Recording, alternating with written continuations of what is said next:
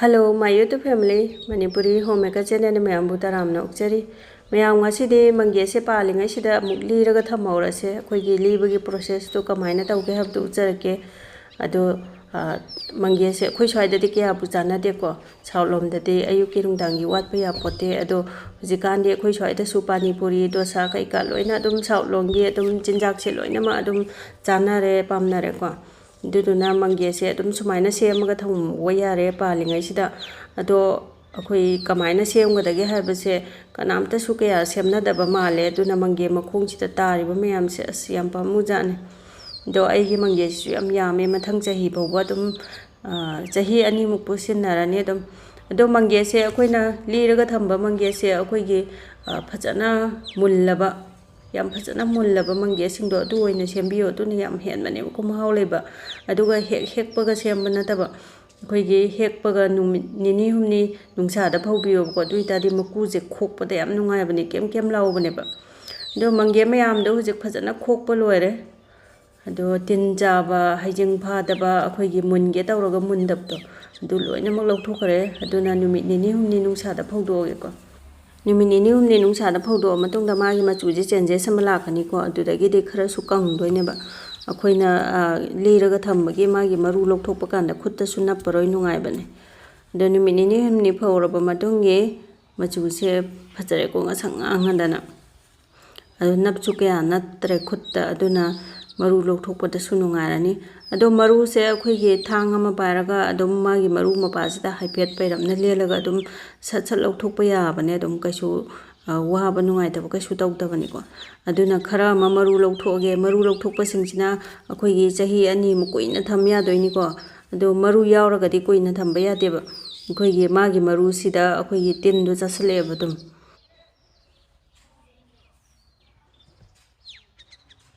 मरु लौथोकपसिंगसिना हयेंग चाही अमाई मतुंगदा सिन्नरसु यारनी अदुना मरु यावबसिंगसिना हुजिक सिन्नबा अदुम हौरदमने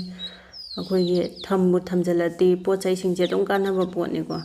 चाबु चागेरा लाइकोनबु फेंगेरा अदुम लोइना यारे अदो अखोइना मंगेसे अदुम युमदा कैददि थानदेको लमहांगदा तुरेंपानदा चिंयादा हौबा ngaतने ता लैबदो याम पामुई अखोइ मणिपुर सिजनरीब मंगे सिंगसिदे मपाने पुसलकपा ngaतनेबा अदुना स्वाइदगी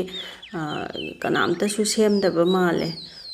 पालिबा मयामसे कनामता हेकपा कैसु उदेबा अखोइगी चानिंगबगी खितंग हेकपा नतना अदो सिगैसि मरु लौथोए सिगैसि मा सेमगे दुगा मागी मसिंगसिंगसे सिसु अदुम हुंदोक्तबिदा अखोइगी इसिंगदा तिंगगा मेटलगा महीदो थासु चारसु यारे तुदगिदि बोतल अमदा हंजलगा लाइकोन फेंगबै ओइरसु यारेको दो अखोइ थुमसे खरा चाइसनगे तिन जादनबा कुइना थंबा याननबा दो फजना सुमाइना मिक्स तौरगा बोतल अमदा फजना अखोइगी air tight container फजना चामथोबा फजना कंगबदो अखोइगी moisture ओइबा इसिंग यावबदि याद्रेको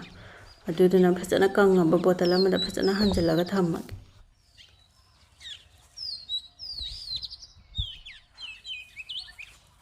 नुंसादगा फौदौबा लैतबनिना अदुम सिगी अखोइगी plastic के जार सिदा अदुम हंजलगे अदो अखोइगी तंगाई फदना अखोइगी बोतल से याम फजना कंगनगदमनिको इसिंग मरिक अमा फौबा नपखरगदि अखोइ कोफाई कारकनेबा फंगस हाइगलकनेबा दुना फजना लोइना हपचलगा अखोइगी मखुमजे चेतना लैसलगा थमग्रगे अदो सिदी अदुम चाही अमा हेना अदुम थंबा यादोइनेबा अदो मयामसु मंगे सेमबसे याम लाइबनिको अदुदुना युमदा सुमाइना यामना लाइना सेमगा थंबियो अखोइगी मार्केटदगी लैदगी सरो पैसासु तिंगबा अदुदगिदि प्रिजर्वेटिवसु अदुम हापा पोटनेबको कैथेंदे मार्केटदै लैबा मपानदै पुसलकपा हाइबसे अदो मंगेसु अखोइ स्वाइदा पहौदा हौइको चिंया तमया खंगदे तुरे मपान खंगदे अदुम वॉकिंग चप्पा खोपदा अदुम हेगलकपा अदुम यारे याम लाइना अदुगा मरु यावबसिंगजे सिगी कैनोसि जार अचौबसिदा लोइना हपचलगे अदुम लाइगी कोलिक फेंगबो ओइगेरा चाबो ओइगेरा सिदगी अदुम सिन्नबा हौरदमने ngसाइगी मरु लौथोकपदुना कोना सिन्ननबा ओइरसो अदो सुमाइना अखोइगी थुमसे सिसु खरगरा अदुम हापकेबा अखोइगी लोइना तोटपा नतबा सुमाइना खरगरा हापगा मथक्सिदा खरगा चाइबिरगे अदुम सिन्नबा हौदोरबनिना याम कन्ना तोत्रसु यारदना ꯃꯪꯒꯦ ꯃꯅꯝꯁꯦ ꯈꯨꯅꯨꯡꯁꯤ ꯑꯃ ꯇꯤꯟꯒ ꯇꯥꯒꯦ ꯇꯧꯔꯁꯥꯅꯤ ꯁꯦꯝꯕꯗ ꯑꯩꯈꯣꯏꯒꯤ ꯍꯩ ꯄꯥꯝꯖꯕꯁꯤꯡꯁꯤ ꯑꯩꯈꯣꯏꯒꯤ ꯍꯩ ꯎ ꯌꯥꯗꯦꯗꯅꯀꯣ ꯈꯖꯥꯏꯒ ꯍꯔꯥꯎꯕꯗꯣ ꯑꯗꯨ ꯁꯨꯃꯥꯏꯅ ꯂꯣꯏꯅ ꯍꯥꯞꯆꯤꯜꯂꯒꯦ ꯃꯊꯛꯇ ꯈꯔ ꯀꯩꯅꯣꯁꯤ ꯊꯨꯝꯁꯦ ꯈꯔ ꯆꯥꯏꯁꯤꯜꯂꯒ ꯊꯝꯃꯒꯦ ꯁꯤꯖꯤꯟꯅꯕꯁꯨ ꯑꯗꯨꯝ ꯍꯧꯔꯗꯕꯅꯤ ꯑꯗꯨ ꯁꯤꯁꯤꯅ ꯑꯩꯈꯣꯏꯒꯤ ꯍꯩꯖꯤꯡ ꯈꯔ ꯐꯥꯕ ꯋꯥꯠꯂꯤꯅꯦ ꯃꯥꯒꯤ ꯃꯁꯛꯁꯦ ꯑꯃꯨꯛ ꯑꯗꯨꯅ ꯑꯁꯣꯝꯕꯁꯤꯗꯤ ꯂꯧꯊꯣꯛꯈ꯭ꯔꯒꯦ ꯀꯨꯏꯅ ꯊꯝꯕ ꯌꯥꯔꯣꯏꯕ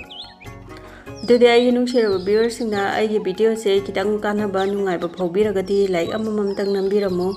ꯃꯣꯇꯤꯚꯦꯁꯟ ꯄꯤꯕꯤꯕ ꯑꯣꯏꯅ ꯑꯗꯨꯗꯒꯤꯗꯤ ꯁꯕꯁꯀ꯭ꯔꯥꯏꯕ ꯇꯧꯕꯤꯗ꯭ꯔꯤꯕꯁꯤꯡꯅꯁꯨ ꯁꯕꯁꯀ꯭ꯔꯥꯏꯕ ꯇꯧꯁꯟꯕꯤꯔꯝꯃꯨ